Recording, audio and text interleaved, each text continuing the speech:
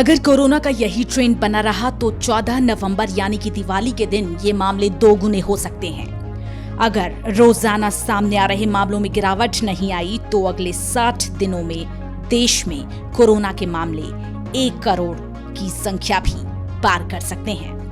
देश में पहली बार कोरोना का मामला 30 जनवरी को सामने आया था और तब से लेकर अब तक कोरोना के मामले बेतहाशा तरीके से बढ़ रहे हैं। हालांकि बात अभी भी हमारे हाथ से पूरी तरह नहीं निकली है। जरूरत है इस लाइन को ब्रेक करने की।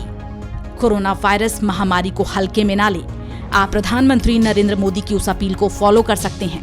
हाल ही में उन्होंने लोगों से कहा, जब तक कि वैज्ञानिक इस महामारी का टीका नहीं बना लेते तब तक लोग मास्क पहने और सामाजिक दूरी के नियम का पालन करें। उन्होंने कहा, आप सुरक्षित रहेंगे, स्वस्थ रहेंगे तो देश सुरक्षित रहेगा।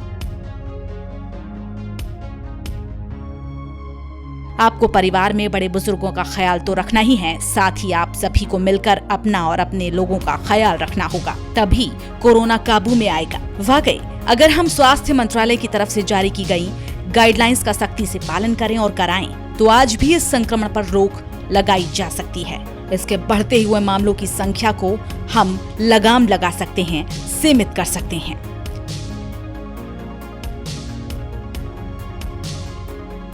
इसके लिए हमें स्वास्थ्य मंत्रालय की तरफ से जारी की गई गाइडलाइंस का सख्ती से पालन करना होगा, क्योंकि भारत में कोरोना संक्रमित लोगों की संख्या में बेतहाशा वृद्धि हो रही है।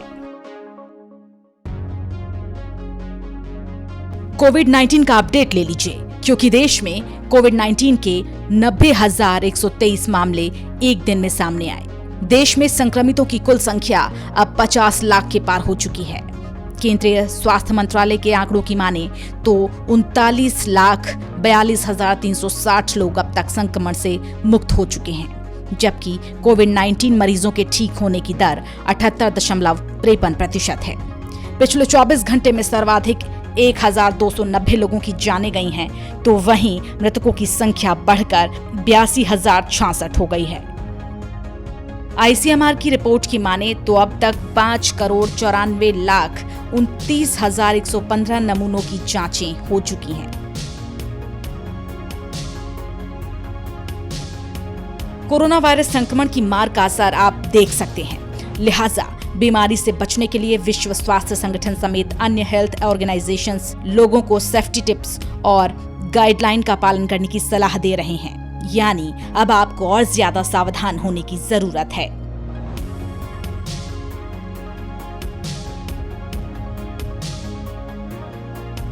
सोशल डिस्टेंसिंग के साथ साथ मास्क का करें यूज और कोरोना को करें डिफ्यूज।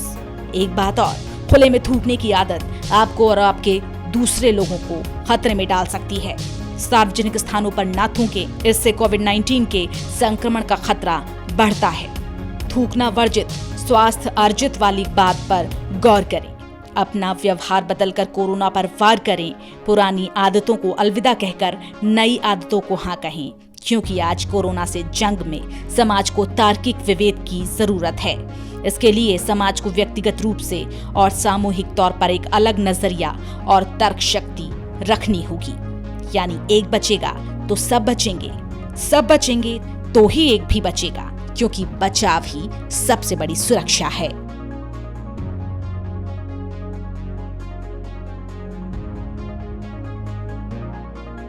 ऐसे में हमारी आपको सलाह, बड़ी बेसब्री से शायद आपने भी दोस्तों से मिलने, शॉपिंग पर जाने या फिर नजदीकी जगहों पर घूमने की प्लानिंग की होगी, लेकिन आपको याद रखना चाहिए कि अब भी कई तरह के एहतियात आपको बरतने होंगे। वजह है कि इसके खत्म होते ही जिंदगी सामान्य नहीं हो पाएगी।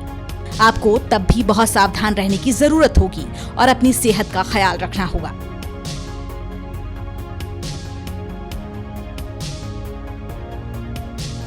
लिहाजा अब अनलॉक में ढील मिलने के बावजूद कुछ महीनों के लिए आपको फैमिली वैकेशन प्लान बिल्कुल नहीं करना चाहिए। बाहर जाकर अपनी सेहत को खतरे में डालने की बजाय बेहतर यही होगा कि आप घर में रहें, सुरक्षित रहें।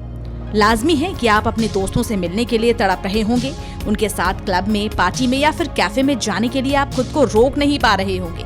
ऐसे में सभी लोगों को थोड़ा सा सावधान रहने की जरूरत है। कैफे या फिर क्लब जैसी भीड़भाड़ वाली जगहों पर पार्टी करना संक्रमण को दावत देने के बराबर है, इसलिए बेहतर यही होगा आप अभी ऐसा कुछ भी करने से बचें। कुछ और समय के लिए दोस्तों से दूरी बनाकर ही रखें। कहते हैं कि एहतियात इलाज से बेहतर है। अच्छा होगा कि सार्वजनिक स्थानों में मास्क लगाकर ही जाएं।